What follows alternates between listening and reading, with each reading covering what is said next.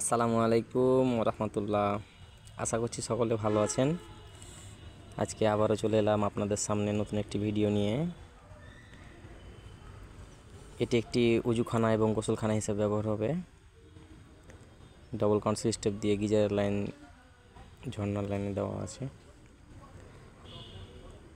এখানে প্যান নেই, শুধু উজুখানা এবং গোসলখানা হিসাবে একটা জায়গা করা আছে এবং পাশাপাশি দুইটি বাথরুম। গিজারের লাইন হয়নি এখানে, শুধু ট্যাঙ্কির পানি থেকে লাইন। তবে এখানে প্যান এবং কমোড দুটির ব্যবস্থা করা হয়েছে। এখানে ওয়াটার সাপ্লাই এবং স্যানিটারির কাজ সম্পন্ন করলাম। 1 ইঞ্চি পাইপ ব্যবহার করা হয়েছে, সম্পূর্ণ পিভিসি ব্যবহার করে। কনসিল স্টেপ শুধু ব্রাশ ব্যবহার করা হয়েছে।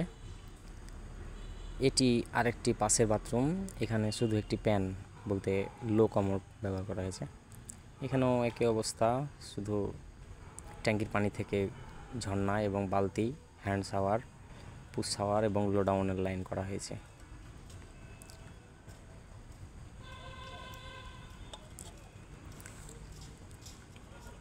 দেখতে পাচ্ছেন সম্পূর্ণ 1 ইঞ্চি পাইপ এবং ছাদের উপরে এই যে ট্যাঙ্কি, 1000 লিটার একটি ট্যাঙ্কি ব্যবহার করা হয়েছে।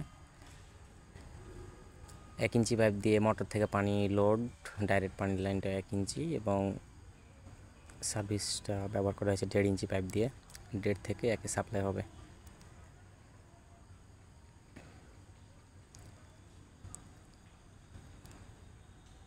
তো আপনাদের যদি ওয়াটার সাপ্লাই, স্যানিটারি এবং ইলেকট্রিক যে কোনো ধরনের কাজ থাকে তাহলে আমার সাথে যোগাযোগ করতে পারেন।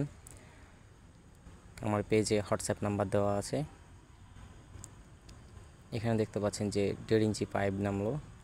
ওখানে একটি রান্নাঘরের লাইন দেওয়া হয়েছে, ট্যাঙ্কির পানি এবং ডাইরেক্ট পানি দেওয়া হয়েছে ওখানে।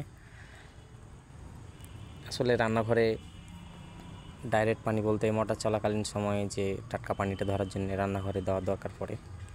কোথাও না দিলে ওখানে দেওয়ার প্রয়োজন হয়, কারণ পানি খাওয়ার জন্য, জগে ধরার জন্য ওখানে খুব ভালো হয়।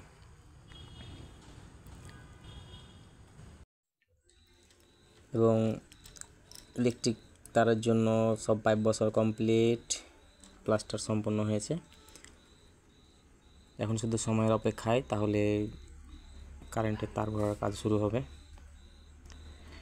ঠিক আছে, ততক্ষণ পর্যন্ত সবাই ভালো থাকবেন। দেখা হচ্ছে আবারও নতুন কোনো কাজের ভিডিও নিয়ে।